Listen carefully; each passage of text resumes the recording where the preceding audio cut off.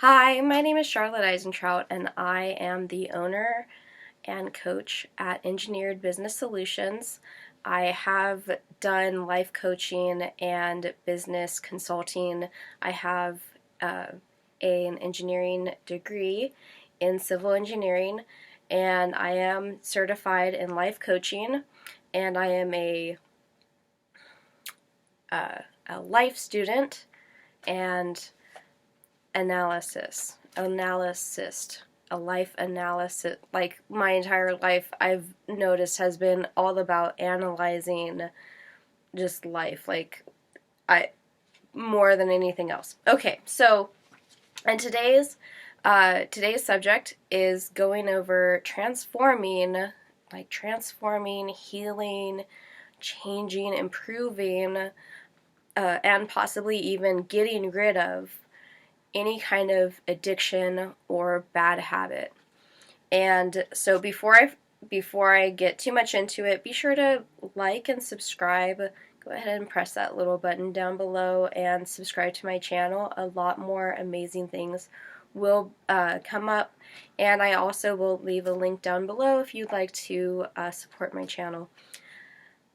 So first of all, why do we have addictions and bad habits in the first place? Well, first of all, it helps us escape our reality, even if it's temporary. It can provide us comfort and control over our lives. It provides a false sense of security. It does provide a sense of security, but a lot of these are false. A false sense of love, false sense of control. It can be used as a substitute for love. That's what Greg Bear says in a lot of his books. He says that a lot of the reasons why we have addictions is because they are a substitute for love.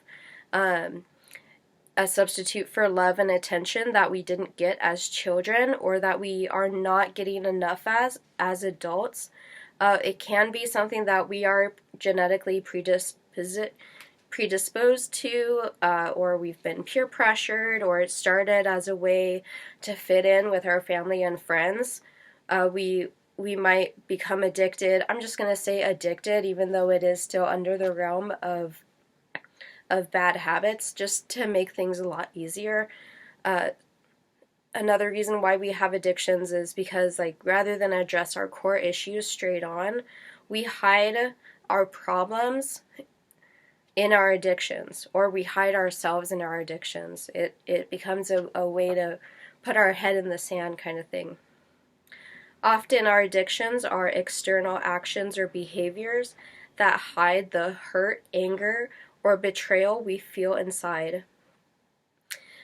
Addictions can be used to protect, cover up, or even self-sabotage our self-esteem, ego, or pride, because we feel vulnerable, we do feel sometimes very vulnerable, and so we hide in our addictions that way. But sometimes we don't feel valuable, or we don't feel deserving, or not good enough.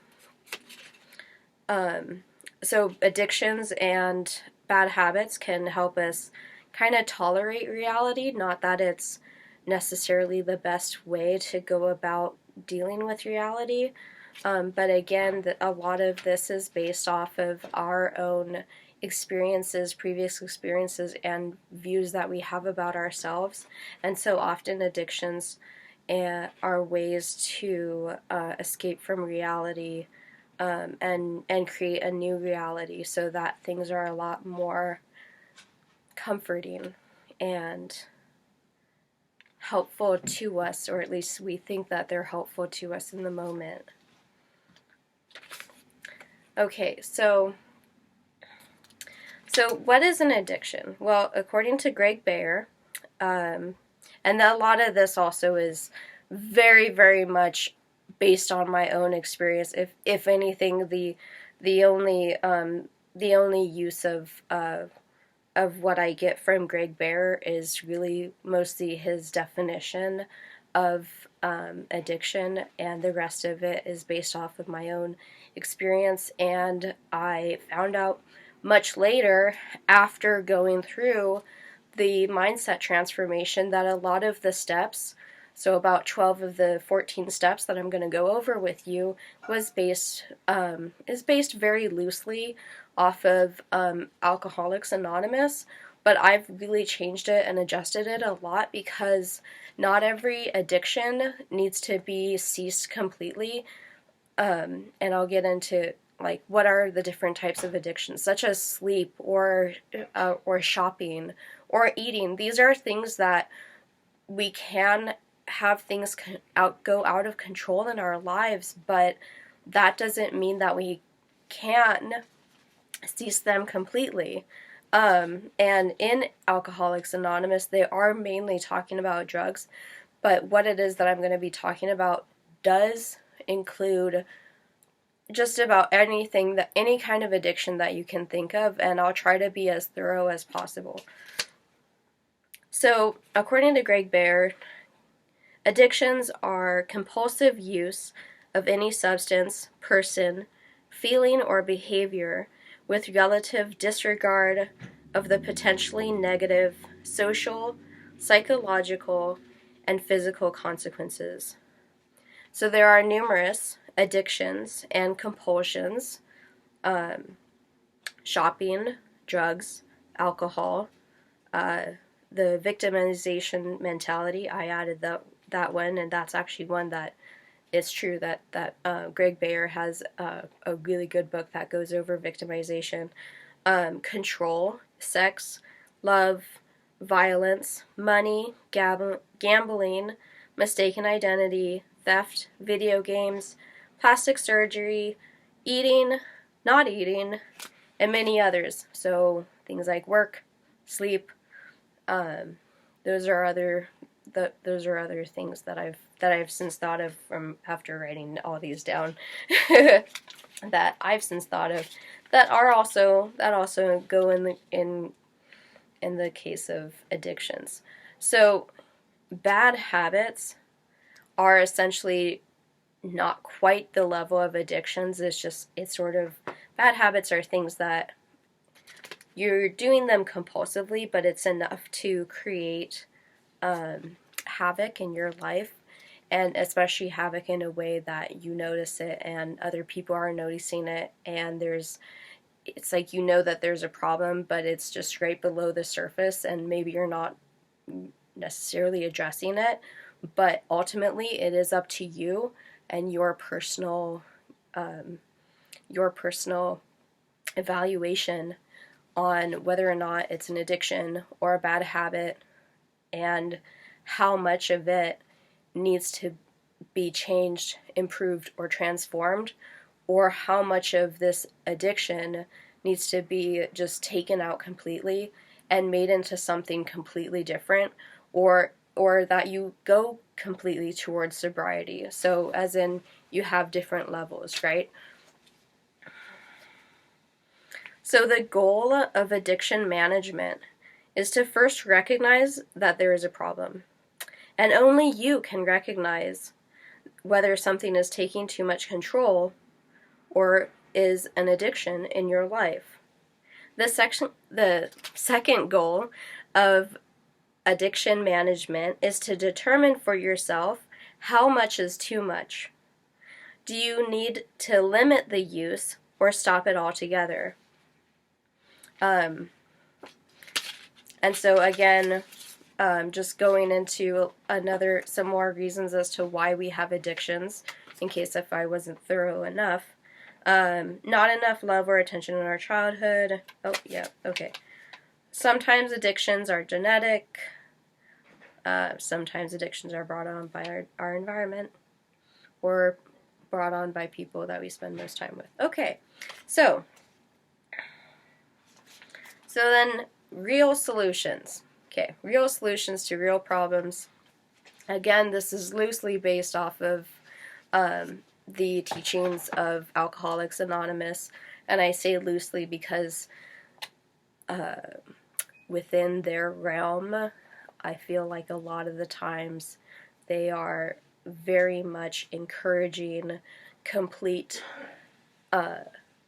cessation, or completely eliminating whatever addiction this is in your life. Again, I'm going to say that It depends on what it is. There are certain things that really should be completely cessation from your life, absolutely. But it is also up to you. It's also up to the person. It's up to your personal goals and what you want for your life. So number 1 is admit that there is a problem, and admit to yourself and possibly even write it down of how big the problem really is. Remember that when we are in the middle of an addiction, it could be, again, drug addiction, it could be money addiction, it could be sex or love addiction, that our brain is in fantasy world. And when it's in fantasy world, oftentimes that means that we're up here and we're not coming back down to earth and saying how, and asking ourselves, like, how big of the problem really is, or is there really a problem? Number 2, choose your resource. Do you need therapy, group meetings, AA meetings? Are you able to do some or all of the work by yourself? And do you need God's help? So that's part of number 2, is choosing your resource. And okay. Number 3, make a decision that you want to change. Are you going to improve or transform and completely eliminate your addiction? What does you no longer having an addiction look like? So this is where, in your mind, or writing it down, or saying it out loud in some kind of audio diary, you're visualizing what it looks like when you no longer have XYZ addiction, when you no longer have the bad habit. Another form of addiction is self-sabotaging, or overly protecting yourself, or defending yourself, or insulting other people as a form of defense, or using comedy as a form of defense, or beating yourself up. These are real bad habits, and they are enough to get into your life and mess it up completely. So number 4, write down exactly what your addiction is. Excuse me. And why you want to change, improve, or transform your addiction. So writing down exactly what it is that the problem is, and what it is that you and why you want to change. So this kind of gets into more of the, like, why is this a problem? Like, why is this actually a problem? So, some examples could be, you want to have a better relationship with your friends and family. You want to have a better relationship with yourself. You want to be happier. That was one of mine. Is like, so 3 and 4 for me. It was a prayer, but I had said, God, I'm so sad. I want to be happy. Like, I don't want to be scared anymore. And I don't want to be depressed anymore. I don't want to see life as this terrible thing.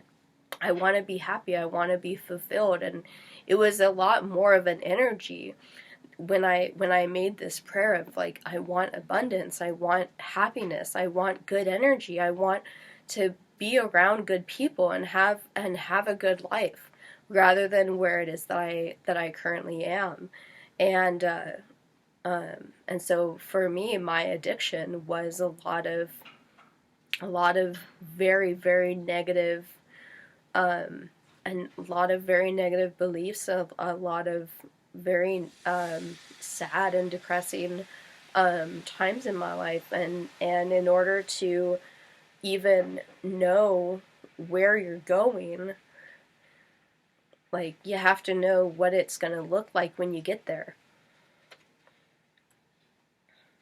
So number 5, write down exactly your addiction, how your addiction has affected your life, your relationships, your work, your dreams, and your future. So this is big, your future. So, so in the present moment, how is it that your addiction and your bad habits have affected you up to this point?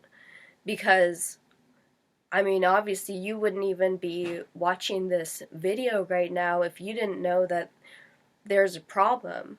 Maybe in your own life or somebody else's life. You know, sometimes we can get addicted to bad people.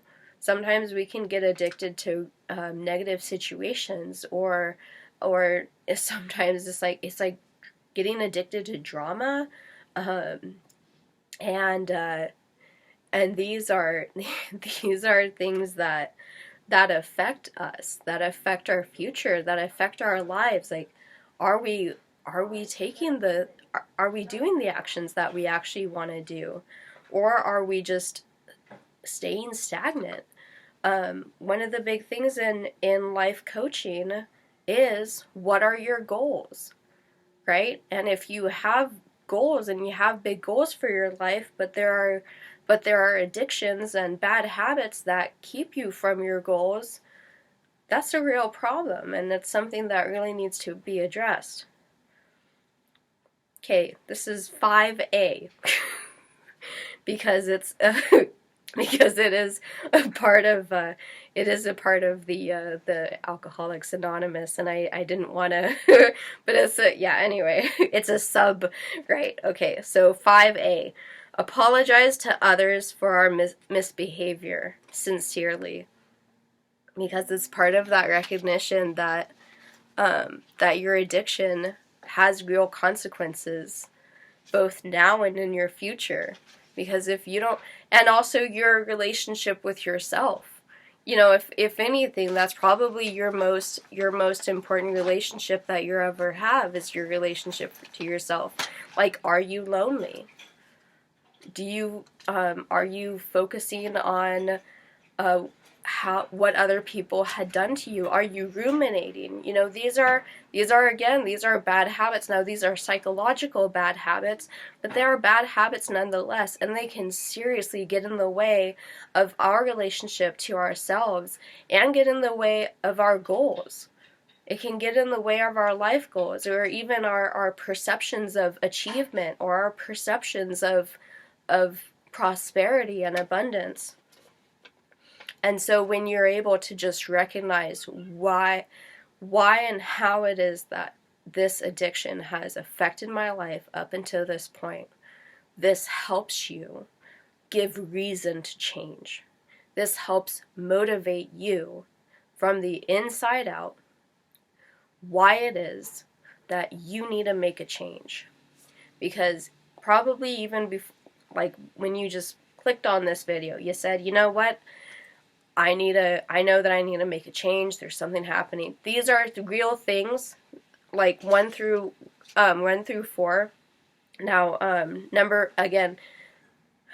so real quick, you might not go through all of those steps in a week or a month, and it depends, because the process can be ongoing, and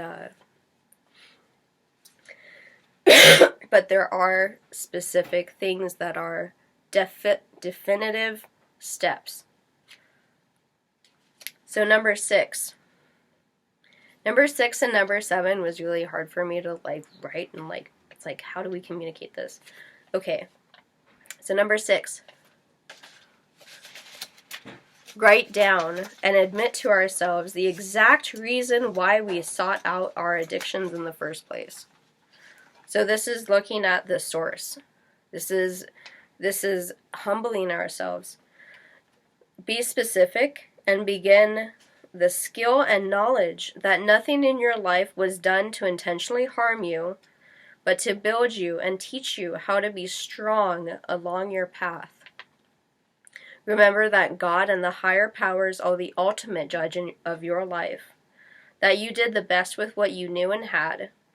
Let God in as you admit to how you truly feel about your addiction. So again, this is a part of humbling ourselves and recognizing that we are human. This is recognizing that we were weak to our addictions. This is recognizing that we are not, that though we may strive to be powerful and strong, that we were nonetheless weak to our addictions, and they overtook us and it overcame us, and now we have to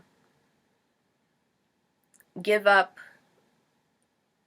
the control that we thought we knew we had. There's a lot of people that I know who say they can stop any time, and yet they don't. And there's a lot of people who say that they're not addicted when they are. Or at least it's obvious to other people, but it's not quite obvious to themselves. And I've been there too. I know what that feels like. I know what it feels like to have to put your pride aside and admit that you had made a mistake. That even though you did your best, something else had taken control of your life.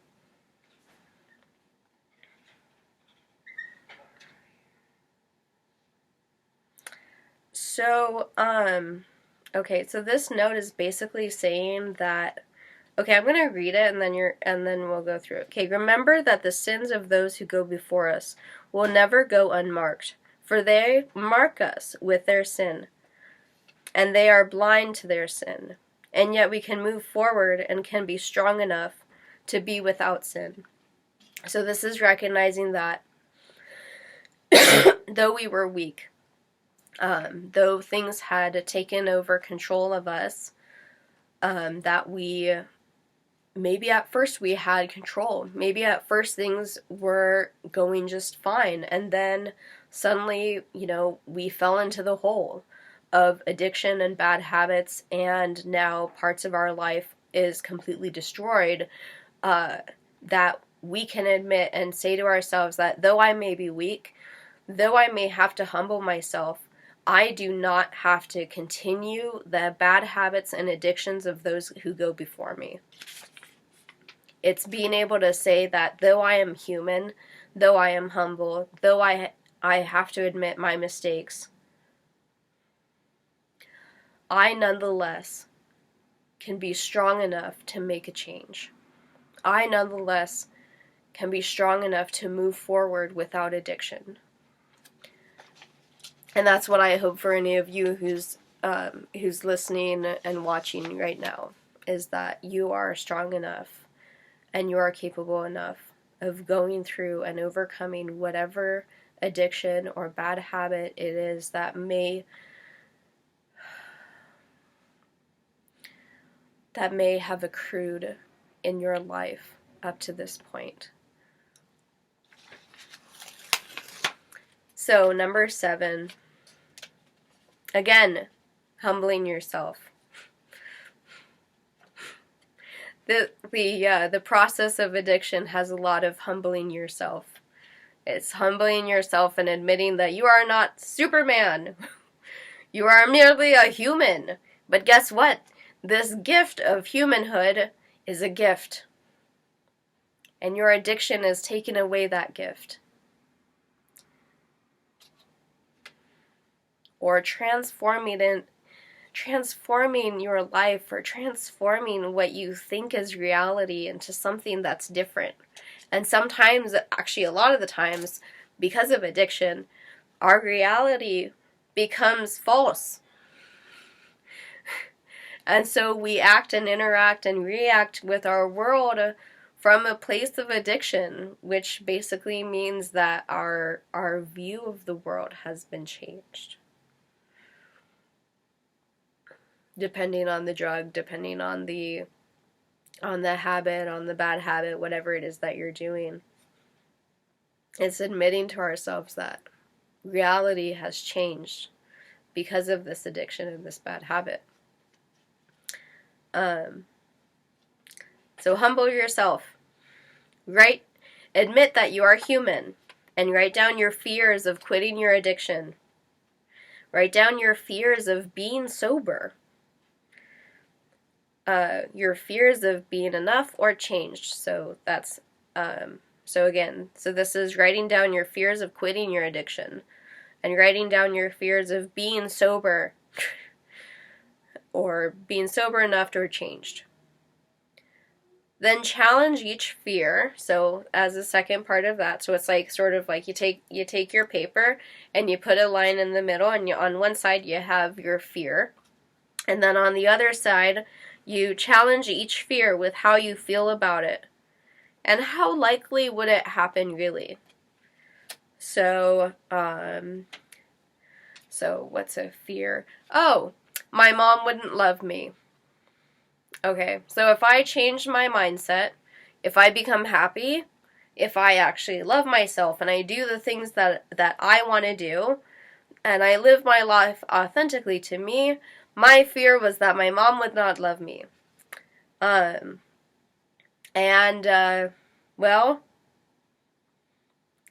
when I think about it, especially now, it's like, that is ridiculous. No, of course, mom will still love you. And even if she doesn't, I love me. And guess what? My love for myself, and my acceptance of myself, and my love for how strong and how lovely and beautiful and authentic I am and how weird I am is amazing. It takes out anything else. It makes me no longer able to be owned. It gives me freedom. So, and how likely would it happen that mom would just suddenly not love me anymore? Well, I went through it.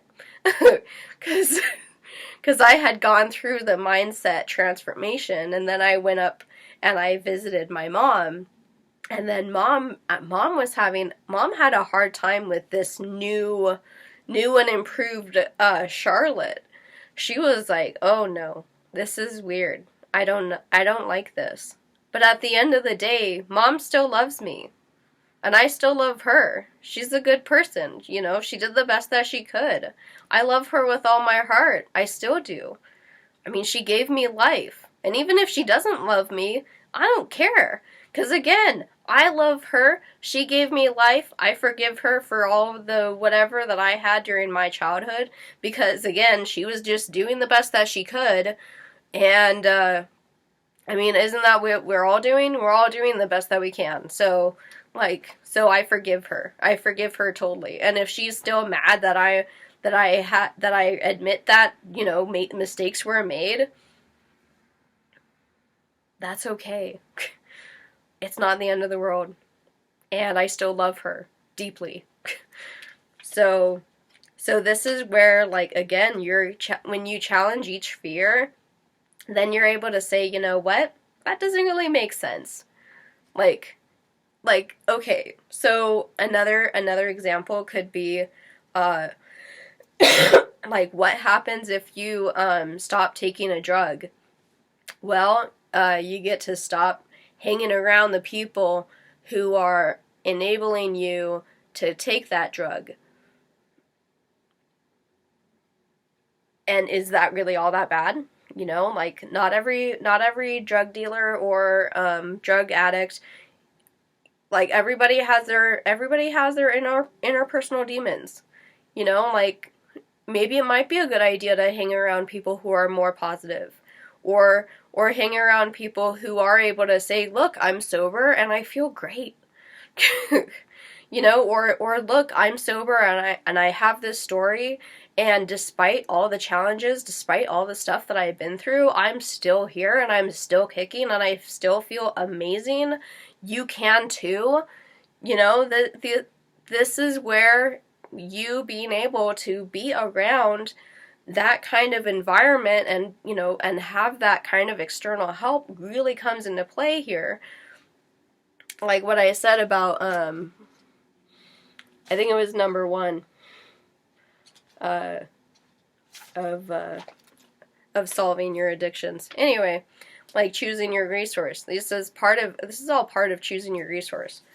So, okay, so then another one that I added, and for those who are agnostic or non-believers, you can pray or hope or whatever. Pray to a God or a higher power for direction. This is actually really important. Praying or hoping or wishing for direction, like putting it out there that, like, hey, I need help, or you're asking someone, someone within your circle that you have a specific problem that is a part of, whatever addiction that you're facing. Like for me, it was limiting beliefs, and as a part of the therapy that I went through, one of the things that had occurred is that my next step, which I didn't know, but as I went through these steps, I found out that I needed to go through eye movement desensitization reprocessing, and that helped me so much. Or there's times where you have a specific problem to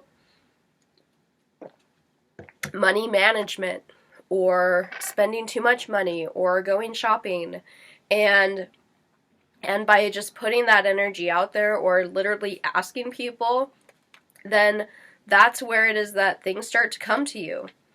So hope on how or where you need to go next to remove your shortcomings. So this is what I'm talking about. This is where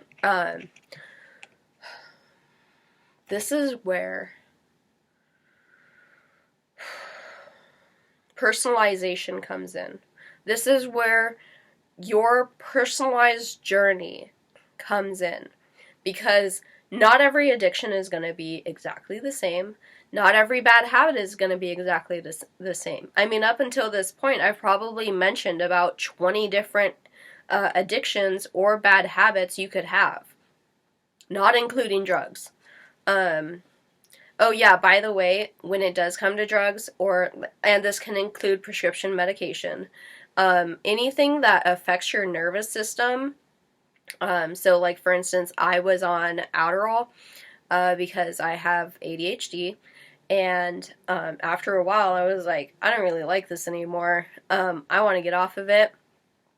But because it's something that affects your nervous system, it's really important to slowly take the amount down, like over time, in order to not kill yourself, or not unalive yourself, because because in cases of drugs, prescription drugs, where it is that just by going cold turkey, that like you could literally be unalived, because your heart starts to and especially it's your heart.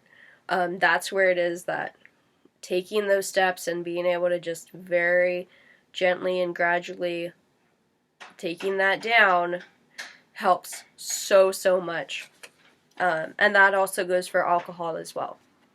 Alcohol is one of those drugs that also very much affects the nervous system. And if you are a heavy user in alcohol, you gotta just take it down very gradually over time, and it's the success is in the process, right? So it's being able to say, okay, so I had 8 beers on Saturday and 6 beers on Tuesday, and then if you have and then if you still have 6 beers on Friday, like, don't be too hard on yourself, like it's a part of the process. And so this can also be said about food and diet. If you're having a hard time with eating too much, well, I'm going to especially say the eating too much part, or if you're not eating if you're not eating enough, then it's like that gradual process of having more food and being more okay with your body, like that, because with anorexia and all that it's because again, a lot of these still have fears in them, right? all these addictions, all these bad habits, there's still these fears of not enough, fears of not being deserving enough, fears of not being valuable enough, not being blah enough, and that's where being able to address those fears and being able to say, like, does this really make sense, really come into play and are highly, highly valuable, especially when you're having a hard time remembering why it is that you are on this addiction management journey in the first place. Okay. So number 8, which is actually related to 5.A, 5A. So 8, sorry, I'm still getting over a cold. Okay, admit and write down who you wronged or harmed with your actions, and be willing to make amends with them, including yourself. So this means apologizing. This can be written, this can be in person. It depends on the relationship, and it depends on how much was messed up.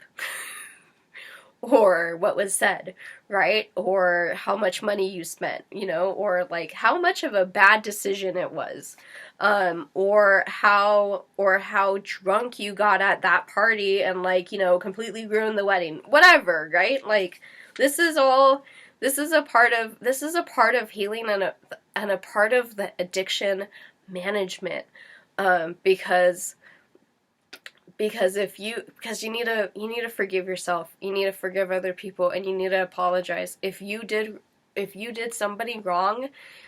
Like for me, one of the things that I had done when I was in high school was there was one or two people that I may have bullied.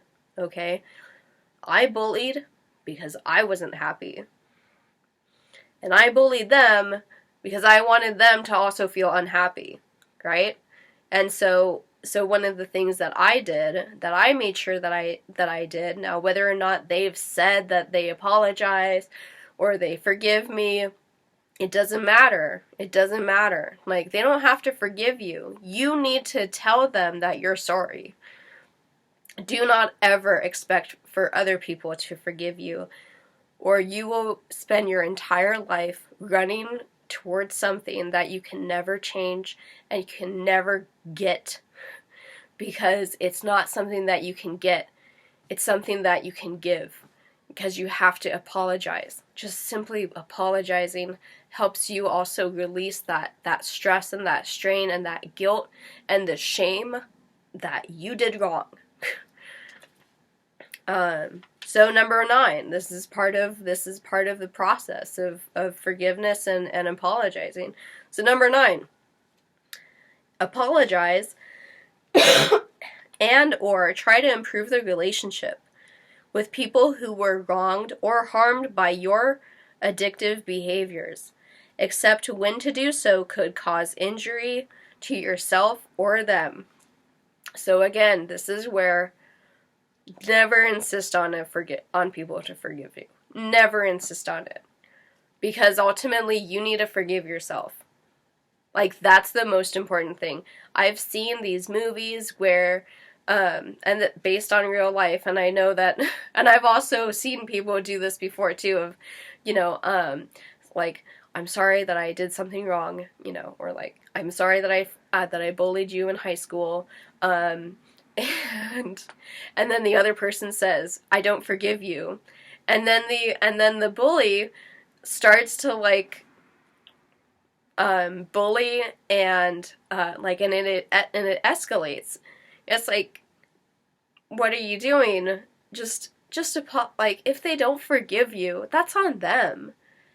Like, you need to forgive yourself because what forgiveness really is you having a connection, a negative connection to the past. And that negative connection is eating you up inside because you're not forgiving yourself, because you know that you did wrong. And you know, and maybe you're ruminating on it. Maybe you're like, man, you know, I really should have done this, that, or the other thing, or I should have stood up for them, or I really should have, like, not said this super, like, insulting thing, you know, and and I shoulda, coulda, woulda done something different. And then you're walking around with all this anxiety and guilt and shame and frustration. And when you apologize, when you sincerely apologize and you write the letter, or you meet up with them and you say, you know what, I'm really sorry I did that, and I have, and I know the reasons why now, because I've humbled myself and I've sobered myself up enough to know that was wrong, that those actions were wrong, and I'm really really sorry for my actions. I'm so sorry for what I did to you. Literally just getting that out can be such a sense of freedom, because then now you're not holding on to that anymore. And if they tell you, I'm still mad at you, I don't forgive you, then that's where you got to say, okay, I have to accept that. Bye. Like, you can't change it. You have to remember that there's only so much that you can change, and only so much that you can influence, and it's surprisingly small. And to be able to recognize that you can't change other people, that's a part of forgiveness, of being able to say, you know what, you're absolutely right. You can't forgive me, and I hope one day that you will be able to, if only just for yourself, because forgiveness is freeing. So, number 10, continue to take inventory of your misbehaviors as a result of your addiction or bad habits when you were in the wrong, and as soon as possible, admit that you did wrong. So, and this is an ongoing process. It's not going to be like, oh yeah, just like one day I'm like, I don't have anything, I never do anything wrong ever again. Nope, it's an ongoing process. It's like, it's being able to say, you know what, maybe I shouldn't have drank 5 shots of tequila at that party, or whatever. Or maybe I could have watched what I said a little bit better, right? And the faster that you can admit to yourself that you made a mistake, the faster that you can forgive yourself and be able to say, you know what, I'm still improving, and this is still a process of addiction management, and I am not done yet. A lot of people, like when I go to some of these AA meetings and they've been sober for 20, 50 years, they'll say the same thing. It is a process. It never really ends. You're always having to improve yourself, or be able to, say no to whatever addiction or bad habit that is. It's like, it's an ongoing thing. You're never gonna be like, I'm never gonna be addicted again, or like, I'm never gonna have money problems again, or I'm never gonna have problems with love or connection, or feeling like I'm deserving or enough again. Like, it never ends, because life never ends. And just be thankful that you're alive. Like, that's one of the things that I do, is like, just, even just being thankful to be alive. Like, oh my gosh, what a gift. And thank goodness that one of the things, okay, so a part of that, just real quick, is that, and this is a part of humbling yourself, is to admit that as a part of your gratitude, and even though this has gotten into an addiction, is to be honest with yourself and say, even though things got out of hand, I am still thankful that this addiction was available to me, because it helped me deal with life. It was still a coping mechanism. It was still a way to deal with, to help soften the blow, to help make things a little bit more tolerable. And that's a part of humbling yourself, is to be able to say, and like, when you're full on in the addiction, it's like, this is the best thing ever, but But when you're getting yourself sober, you're able to say, okay, I'm actually kind of grateful that it was there, but I don't need it anymore. Or I don't need as much of it anymore, and I'm able to make a change. I'm able to make an improvement. I'm able to make the transformation to what I think is more healthy. Because I'm strong. I am capable. I am enough. But anyway, I can get into that more, like, about enough and forgiveness, blah, blah, blah. So, number 11.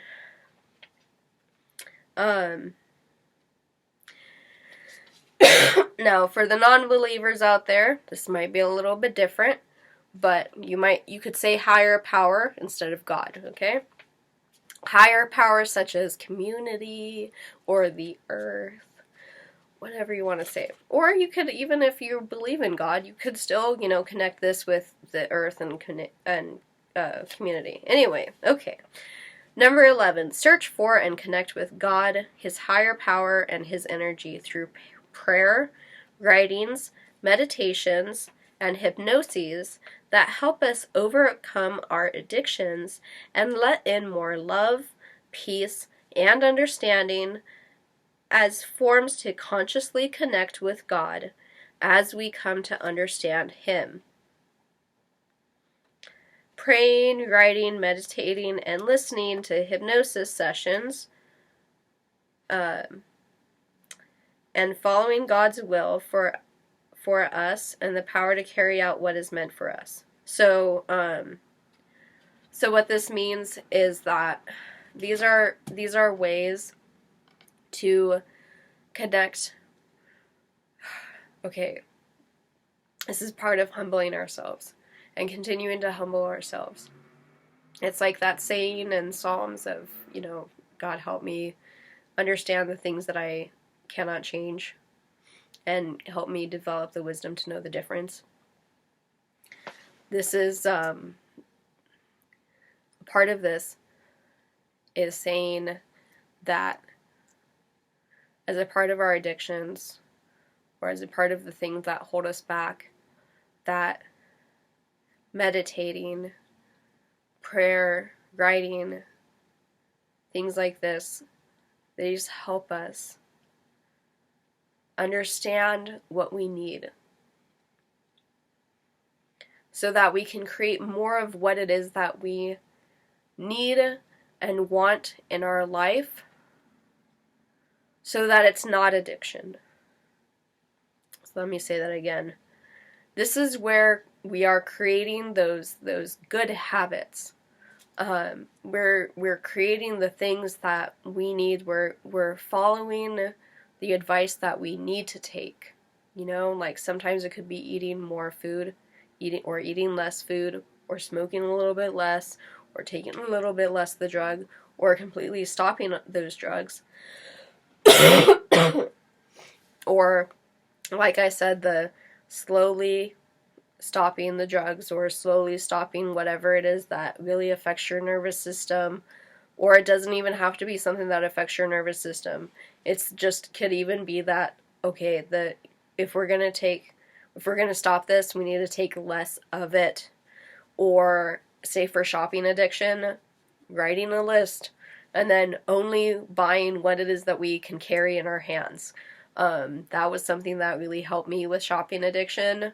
I mean, it doesn't always work, but it is a solution, and it is a method, and it is a part of the process, and it's a part of humbling ourselves and recognizing what we need, and opening ourselves up to the higher power that says, I know what you need, and I can give it to you, and I love you.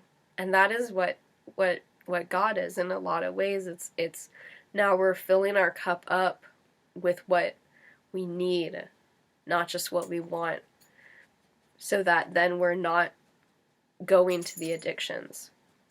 Like for instance, when you connect more with God and through meditation and writing, you might recognize that one of the things that you need and want in your life is more love and more connection and more vulnerability and more good people. in your life who see you and understand you, then, like, because you're opening yourself up to that, then as a part of that, you're going to those places. Like, you're now taking action on that, and you're, going to networking meetings, or you're going to group therapy, right? These are all steps that we can take as a part of addiction management that can help us overcome and transform addiction from having the addiction or bad habit to loving and knowing and understanding that we are enough and that we don't need drugs to be happy, or that we don't need whatever addiction it is that we have to be happy, to know that we're enough. So, number 12,